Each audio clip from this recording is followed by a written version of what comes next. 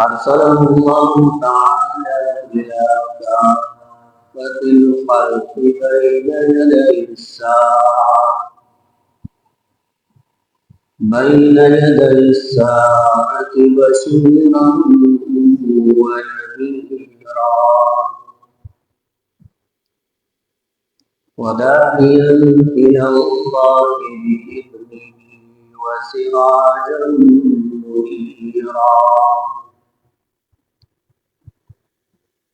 أما بعد فقد قال الله تبارك وتعالى: فإن آمنوا بمثل ما آمنتم به فقد اهتدوا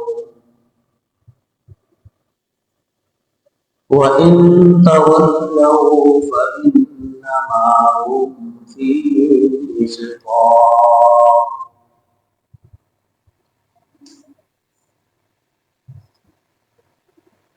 صدق الله العظيم وصدق رسوله النبي الكريم ونحن على ذلك لمن الشاهدين والشاكرين والحمد لله رب العالمين.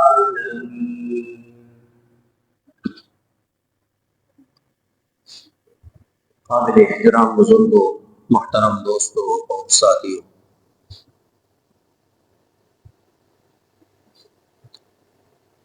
اللہ تبارک و تعالی نے حسب معمول انسانوں کے لیے مختلف ادوار میں اور مختلف زمانوں کے اندر انبیاء کی بعثت فرمائی، اور انبیاء کا کام یہ ہوتا تھا کہ وہ اللہ تبارک و تعالی کے پیغامات کو لے کر امت کے پاس آیا کرتے تھے۔ قرآن کہتا ہے کہ ایسی کوئی امت اور ایسی کوئی جماعت نہیں گزری ہے جن کے لیے اللہ رب العزت نے پیغمبر کو مبعوث نہ کیا ہو۔ یہ قرآن کا اعلان، وَإِن مِّنْ أُمَّةٍ إِلَّا خَلَا فِيهَا نَذِيرٌ، ایسی امت کوئی گزری نہیں ہے جن کے لیے ہم نے ڈرانے والا نہ بھیجا ہو۔ تو وہ اللہ تبارک و تعالی کی تعلیمات کے ساتھ انبیاء اور رسل تشریف لایا کرتے تاکہ لوگوں کو وہ یہ بتا سکے کہ جس نے تمہیں بنایا وہ تم سے کیا چاہتا ہے، اس کی مرضی کیا ہے، اس کی چاہت کیا ہے، اس کا مطالبہ کیا ہے، یہ بتانے کے لیے انبیاء علیہم الصلوات و تسلیمات کی تشریف آوری ہوتی تھی۔ ایک زمانے تک تکوینی امور چلتے تھے جس میں اللہ رب العزت کی طرف سے کوئی شریعت اور احکامات نہیں ہوتے تھے۔ ایک تکوینی امر ہوتا ہے، ایک تشریعی امر ہوتا ہے۔ تکوینی امور اسی کہا جاتا ہے جو اللہ تبارک و تعالی کے ارادے اور اللہ رب العزت کے کن کے نتیجے میں وقوع پذیر ہو جائے، اور تشریعی امر اسے کہتے ہیں کہ اللہ جل شانہ کی طرف سے ایک انسان کو شریعت اور ایک مسودہ اور قانون دے دیا گیا ہو کہ تم اس کے مطابق زندگی گزارو گے۔ جب تشریعی امور کا نزول ہوا تو پھر تکوینی امور یہ ختم ہو گئے۔ میں ان دونوں کی مثال دے دیتا ہوں۔ ایک تکوینی امر ہوتا ہے جس میں اللہ تبارک و تعالی کی طرف سے انسان کے لیے رزق، زندگی، موت یہ سب کچھ مقرر ہوتا ہے، یہ تقدیری امور ہے۔ ایک انسان کو کہاں سے کیسے رزق ملے گا، کتنا وہ کھائے گا، کتنا اپنے پیچھے چھوڑ کے جائے گا، یہ اللہ تبارک و تعالی کی طرف سے تقدیری امر ہوتا ہے۔ پھر ایک انسان کی زندگی کا، اس کی زندگی کا میعاد اور اختتام ایک دن اور ایک گھڑی کے اوپر مقرر ہے۔ وہ بھی قرآن میں اللہ تبارک و تعالیٰ فرماتے ہیں ان اجل اللہ اذا جاء لا یؤخر، اللہ کا مقرر کیا ہوا وقت جب آ جاتا ہے تو اس میں تاخیر نہیں ہو سکتی۔ لو کنتم تعلمون، اس بات کے اوپر بھی تمہیں غور کرنا چاہیے۔ ایک انسان کی زندگی کی اختتام اور اس کی زندگی کے ساعات گنے جا چکے ہیں اور اس کے لیے ایک وقت مقرر ہے۔ لو کنتم تعلمون، اب تمہیں اس کے اوپر غور کرنا ہے کہ کون کس حال میں مرتا ہے، زندگی کے کس حصے میں مرتا ہے، بچپن میں مر جاتا ہے، جوانی میں مرتا ہے، بڑھاپے میں مرتا ہے۔ تو موت کے لیے نہ کوئی چھوٹا ہے نہ کوئی بڑا ہے، جب وہ آتا ہے تو وہ لے کر جاتا ہے۔ ایک انسان کی موت کس طرح سے مقرر ہے؟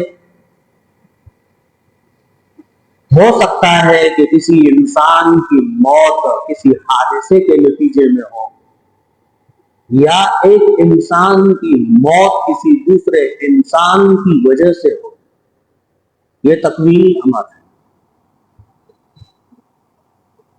اور تشریعی امر یہ ہے کہ ایک انسان کو دوسرے انسان کو قتل کرنا یہ حرام اور ناجائز ہے۔ تو کوئی بھی آدمی تقدیر کا سہارا نہیں لے سکتا ہے کسی بھی گناہ کے لیے یا کسی کے قتل کے لیے، کہ ایک آدمی دوسرے کو قتل کرے اور پھر یہ کہے کہ بھائی یہ تو اس کے لیے لکھا گیا تھا کہ یہ میرے ہاتھوں مارا جائے گا، اگر لکھا ہوا نہیں ہوتا تو یہ میرے ہاتھوں کیوں مرتا۔ یہاں پر انسان اس چیز کے پابند نہیں، بلکہ یہاں پر شریعت کے پابند ہے کہ تم نے جو کیا ہے وہ تیرے لیے حلال تھا یا حرام تھا۔ اگر حرام تھا تو تمہیں اس کی سزا ملے گی۔ انبیاء کے اندر جو مثال پیش کی جاتی ہے وہ حضرت خضر علیہ السلام اور حضرت موسیٰ علیہ السلام کی۔ حضرت موسیٰ علیہ السلام تشریعی پیغمبر تھے، ان کو اللہ رب العزت نے شریعت دی اور احکام دیے تھے، اور قانون اللہ کی طرف سے ملا تھا کہ وہ اس قانون کے تحت اور ان احکامات کے تحت اللہ جل شانہ کی پیروی کریں گے، وہ جو ان سب کا رب ہے، وہ جو سب کا خالق اور مالک ہے۔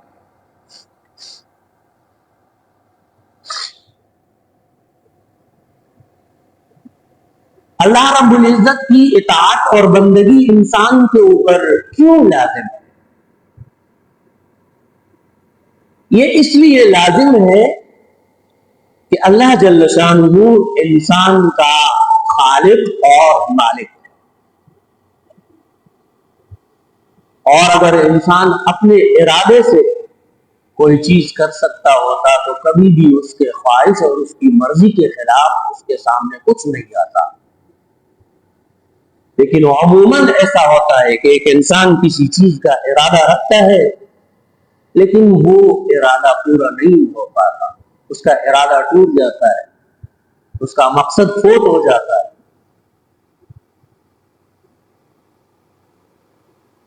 تو موسیٰ علیہ السلام کو شریعت ملی تھی اور قانون ملا تھا، اور حضرت موسیٰ علیہ السلام کے زمانے میں ہی حضرت خضر علیہ السلام موجود تھے، تو ان کو تکوینی امور کا پابند کیا گیا تھا۔ گویا اللہ رب العزت نے تکوین کا ایک سبب بنایا تھا۔ تو پھر وہ جو مشہور واقعہ ہے کہ حضرت موسیٰ علیہ السلام حضرت خضر علیہ السلام سے ملاقات کے لیے چلے اور اپنا مدعا ظاہر کیا کہ میں آپ سے سیکھنا چاہتا ہوں۔ حضرت خضر علیہ السلام نے کہا کہ تب تک سیکھ سکتے ہو جب تک کہ تم مجھ سے کوئی سوال نہیں کرو گے، کسی بھی چیز کے بارے میں جب تک میں خود نہ کہوں اس کے بارے میں تم سوال نہیں کرو گے۔ اور پھر جب مختلف معاملات سامنے آئے، ایک صورت یہ تھی کہ ایک بچے کو قتل کر دیا، حضرت موسیٰ علیہ السلام سے رہا نہیں گیا اور پوچھ ہی لیا کہ تم نے ایک پاک جان بے گناہ بچے کو قتل کر دیا۔ خضر علیہ السلام نے کہا خاموش، میں نے کہا تھا پوچھنا نہیں۔ ایک کشتی میں بیٹھے تو اس کو عیبدار بنا دیا۔ موسیٰ علیہ السلام نے کہا کہ اللہ نے ہم سے پیسے بھی نہیں لیے اور آپ نے کشتی کو توڑ دیا۔ خضر علیہ السلام نے کہا میں نے بولا تھا نا کہ پوچھنا نہیں ہے۔ اور ایک موقع پر جب لوگوں سے مدد مانگی اور کہا کہ ہمیں ایضیفوہما، کہ ہماری ضیافت کرے اور ہماری مہمان نوازی کرے، تو لوگوں نے انکار کر دیا، کہا کہ ہم اجنبیوں کا ٹھیکہ نہیں اٹھائے، ہم کسی کو کھانا نہیں کھلاتے۔ فَأَبَوْا أَن يُضَيِّفُوهُمَا وَوَجَدَا فِيهَا جِدَارًا يُرِيدُ أَن يَنقَضَّ فَأَقَامَهُ۔ اللہ رب العزت نے قرآن مجید میں فرمایا کہ انہوں نے دیکھا کہ ایک دیوار ہے جو گرنے کے قریب ہے، گرنے کے قریب ہے، فَأَقَامَ، اس کو سیدھا کر دیا۔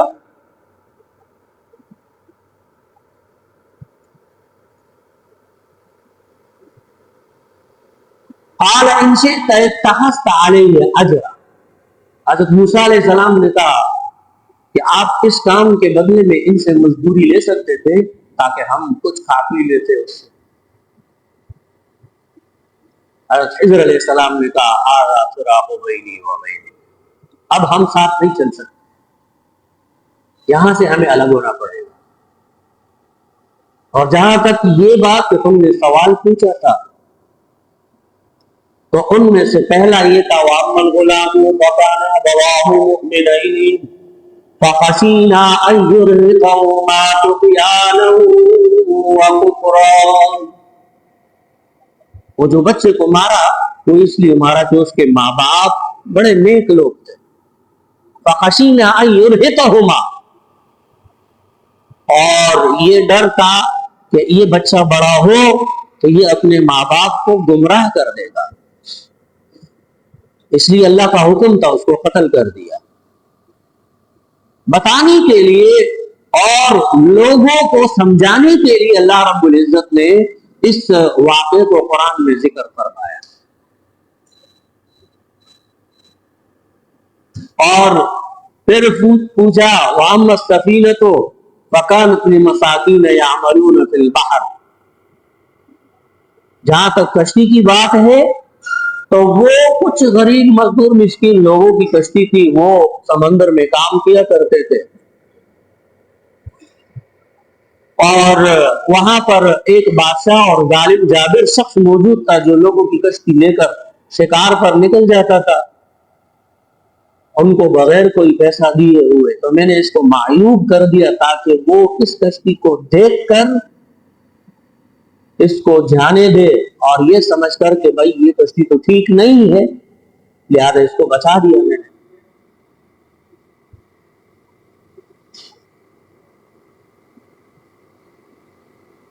وَأَمَّا الْجِدَارُ فَكَانَ لِغُلَامَيْنِ يَتِيمَيْنِ فِي الْمَدِينَةِ، اور جہاں تک ہم نے دیوار کو درست کیا ہے تو یہ ایک دو یتیم بچے تھے ان کے گھر کی دیوار تھی اور ان کے والد نے ان کے لیے خزانہ وہاں دبا کے رکھا تھا. یہ چھوٹے بچے تھے, اگر دیوار گر جاتی خزانہ نکل آتا تو لوگ اس سے چھین لیتے. لہذا میں نے اس دیوار کو ٹھیک کر دیا تاکہ وہ لڑکے جب بڑے ہوں تو پھر وہ اس کو نکال کر وَكَانَ أَبُوهُمَا صَالِحًا, اور ان کے باپ جو تھے وہ نیک آدمی تھے. ماں باپ کی نیکی کا اثر اور فائدہ اولاد کو ملتا ہے دنیا کے اندر, اس آیت سے ثابت ہوتا ہے. ماں باپ اگر نیک اور صالح ہیں تو اولاد کے ساتھ اچھا معاملہ ہوتا ہے. یتیم کے اور یتیم اس وقت تک ہوتا ہے کوئی بھی بچہ اور بچی جب تک کہ وہ بالغ نہیں ہو جاتا. جب تک کہ وہ بالغ نہیں ہو جاتا تب تک وہ یتیم کہلاتا ہے اگر ماں باپ مر چکے ہیں. اور جب وہ بالغ ہو جاتے ہیں تو پھر بالغ کو یتیم نہیں کہا جاتا. ایک اور چیز جو اس آیت کے اندر ذکر کی گئی ہے وہ یہ ہے کہ اپنی اولاد کے لیے جمع پونجی رکھنا یا ان کے لیے کوئی بچا کے رکھنا, مال دولت کا کوئی حصہ, یہ انسان کی نیکی کے خلاف نہیں ہے, بشرطے کہ جائز طریقے سے کمائے, جائز طریقے سے اپنے اولاد کے لیے کوئی چیز بچا کے رکھی جائے تو یہ انسان کی نیکی کے خلاف نہیں ہے. اس لیے قرآن نے کہا کہ بچے یتیم تھے, ان کے لیے ماں باپ نے خزانہ دفن کر کے رکھا تھا. وَكَانَ أَبُوهُمَا صَالِحًا, اس کا یہ مطلب نہیں ہے کہ خزانہ اپنے بچوں کے لیے جمع کرنا یہ اس کی نیکی کے اوپر کوئی داغ تھا یا کوئی اس کے لیے ناجائز تھا, ایسا نہیں تھا. وَكَانَ أَبُوهُمَا صَالِحًا.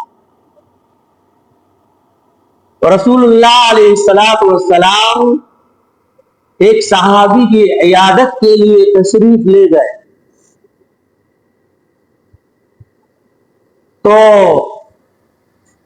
وہاں پر یہ اندازہ لگایا گیا کہ وہ شخص اپنی زندگی کے آخری گھڑیاں گزار رہا ہے.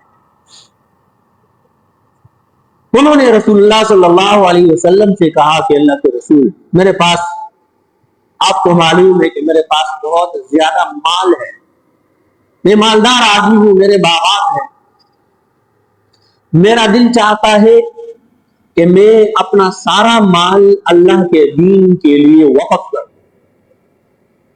پیغمبر علیہ الصلوۃ والسلام نے فرمایا کہ نہیں کر سکتے ہو. تو پھر کہنے لگا کہ میں اپنے مال کا آدھا حصہ اللہ رب العزت کے دین کے لیے میں وقف کرنا چاہتا ہوں. پیغمبر صلی اللہ علیہ وسلم نے فرمایا کہ نہیں کر سکتے. پھر کہنے لگے کہ اچھا تو پھر ایسا ہے کہ میں 1/3 حصہ اپنے مال کا اللہ تبارک و تعالی کے دین کے لیے وقف کرتا ہوں. تو رسول اللہ صلی اللہ علیہ وسلم نے فرمایا وَالثُّلُثُ كَبِيرٌ أَوْ كَثِيرٌ, یہ جو آپ 1/3 مال اللہ تبارک و تعالی کے دین کے لیے وقف کرنا چاہتے ہیں یہ بھی بہت زیادہ ہے. لہذا ایک آدمی کسی ایسی بیماری میں مبتلا ہو جس بیماری سے اس کے جانور ہونے کا امید نہ رہے, جانور ہونے کی امید نہیں ہے, اور وہ آدمی کوئی وصیت کرتا ہے تو اس کی وصیت قابل قبول ہوگی لیکن صرف 1/3 مال کے اندر. 1/3 مال 3 حصے بنائے جائیں گے تو آدمی کی وصیت تیسرے حصے کے اندر مکمل کی جائے گی. اگر وصیت تیسرے حصے سے بڑھتی ہے تو پھر وہ وصیت نافذ العمل اور قابل قبول نہیں ہوگا.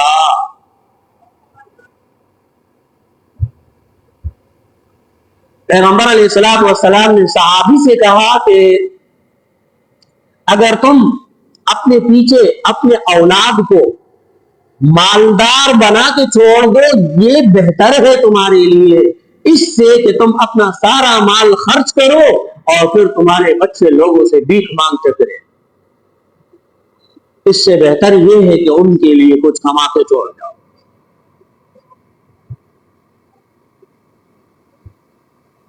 تو تہائی حصے کے اندر وصیت نافذ العمل ہوتا ہے.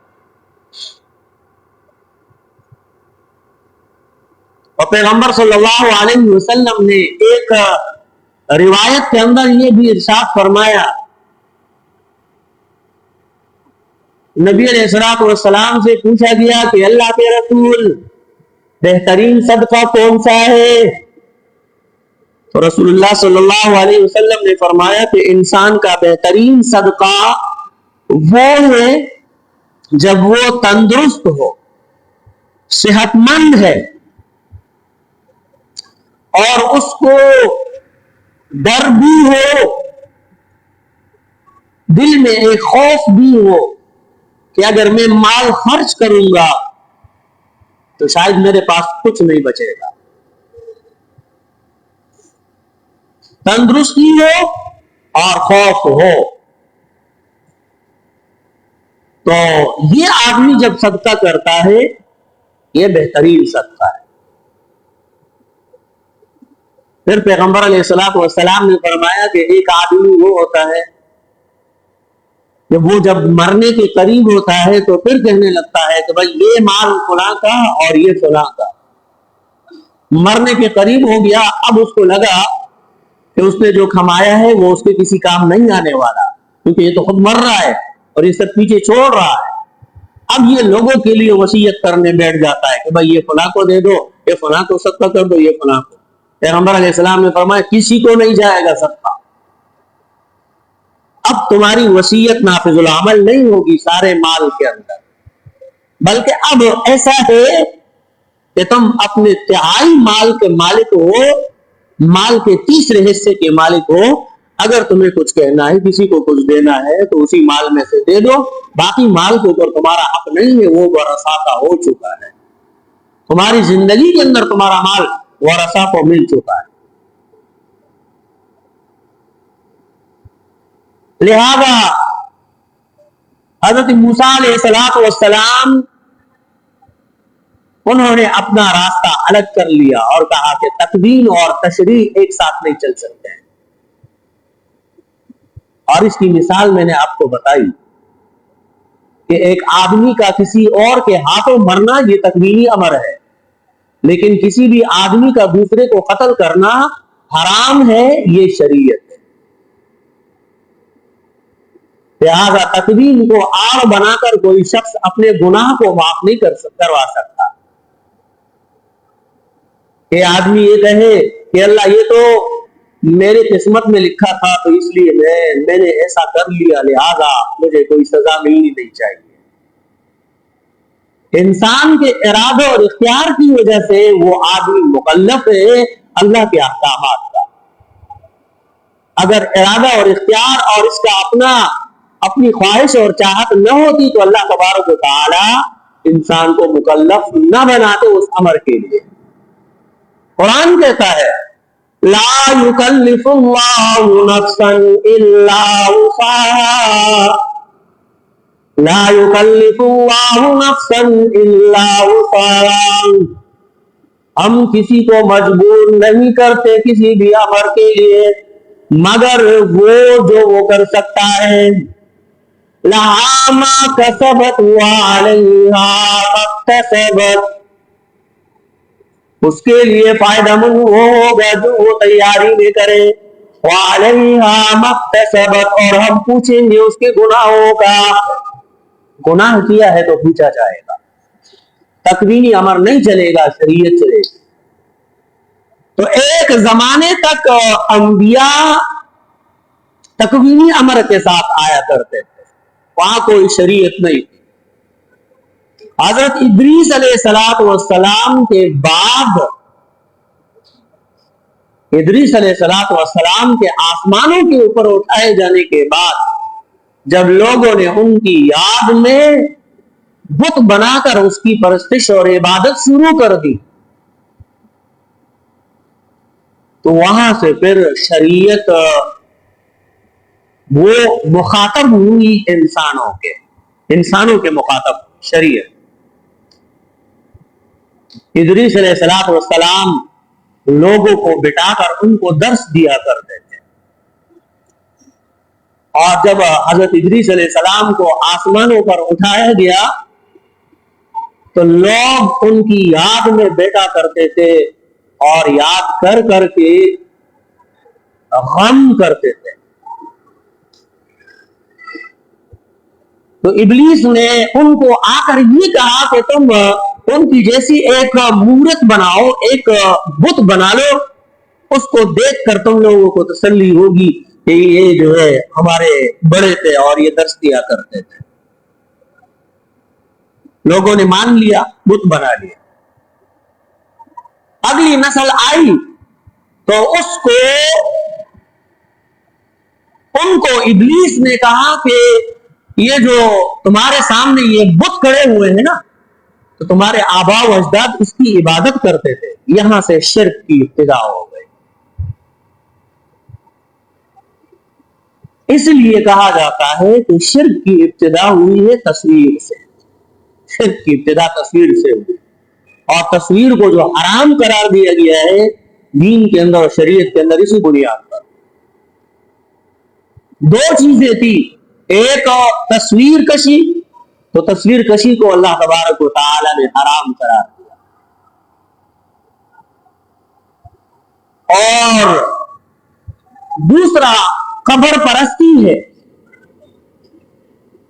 تو ابتدائی اسلام میں پیغمبر صلی اللہ علیہ وسلم نے لوگوں کو منع کر دیا کہ بھئی کوئی قبرستان جانے کی ضرورت نہیں، مرد اور عورت کسی کو بھی اجازت نہیں تھی کہ وہ قبرستان جائے۔ اور پیغمبر صلی اللہ علیہ وسلم نے فرمایا کہ یہ اس لیے کہ لوگوں نے ابھی شرک کو چھوڑا ہے، تو کہیں ایسا نہ ہو کہ اپنے پرانوں کی یاد میں کسی قبر کے اوپر جا کر لوگ پوجا پاٹ شروع نہ کر دیں۔ منع کر دیا تھا لوگوں کو۔ اور پھر رسول اللہ صلی اللہ علیہ وسلم نے بعد میں فرمایا كنت نهيتكم عن زيارة القبور ألا فزوروها، کہ میں نے تمہیں منع کیا تھا قبروں کی زیارت سے، لیکن اب تم جا سکتے ہو، قبروں کی زیارت کر سکتے ہو۔ لیکن قبرستان کے اندر کسی بھی گناہ کا، کسی بے پردگی کا، بے حیائی کا ارتکاب نہیں ہونا چاہیے۔ وہ بیچارے دنیا سے جا چکے ہیں اپنے اعمال کو لے کر، اور آپ ان کی زندگی وہاں برباد کرنا چاہتے ہیں، وہاں بے حیائی کر کے۔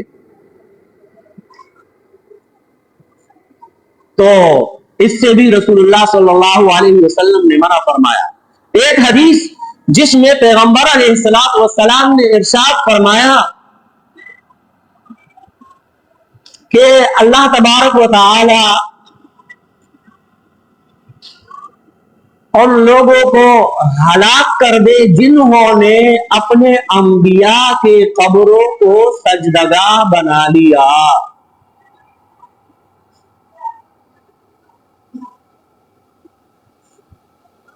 تو انہوں نے اپنے انبیاء کے قبور کو سجدگاہ بنا لیا، انبیاء کے قبروں کے اوپر جا کر وہ سجدے کرنے لگے۔ پیغمبر علیہ السلام نے فرمایا لا تتخذوا قبری مسجدا، میرے قبر کو سجدگاہ نہ بنانا۔ پیغمبر کہتا ہے میرے قبر کو سجدگاہ نہ بنانا۔ پیغمبر علیہ السلام کو اس بات کا علم تھا کہ کچھ لوگ آئیں گے جو قبروں کو پوجیں گے، قبروں سے مانگتے پھریں گے۔ حالانکہ صاحب قبر اپنی زندگی کے اندر اپنی کسی تکلیف کو دور نہ کر سکا تھا،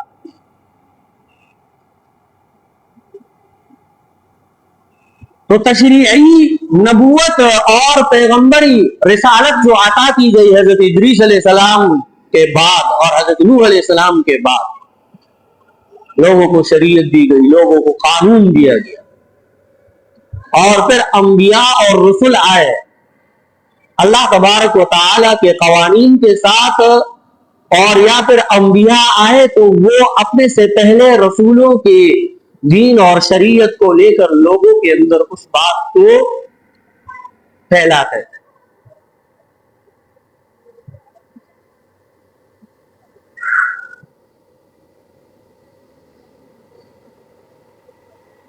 اس طرح جب رسالت کا تسلسل شروع ہوتا ہے تو اختتام پر محمد الرسول اللہ صلی اللہ علیہ وسلم کی بعثت ہوئی، اور نبی علیہ السلام نے دین اور شریعت کے احکامات صحابہ کرام کو عطا کر دی، اور اس قدر اللہ تبارک و تعالی نے ان کو موافق بنایا کہ اللہ جل شانہ نے ایمان کی کسوٹی صحابہ کو قرار دے دیا۔ تو قرآن اعلان کرتا ہے فَإِنْ آمَنُوا بِمِثْلِ مَا آمَنْتُمْ بِهِ فَقَدْ اهْتَدَوْا، اگر یہ لوگ ایمان لے آتے ہیں صحابہ کے ایمان کی طرح، فَقَدْ اهْتَدَوْا تو یہ ہدایت یافتہ ہوں گے، وَإِن تَوَلَّوْا فَإِنَّمَا عَلَيْكَ الْبَلَاغُ، یہ نہیں مانتے تو بس آپ کا کام تو ان کو بتانا، بتا دیے سو۔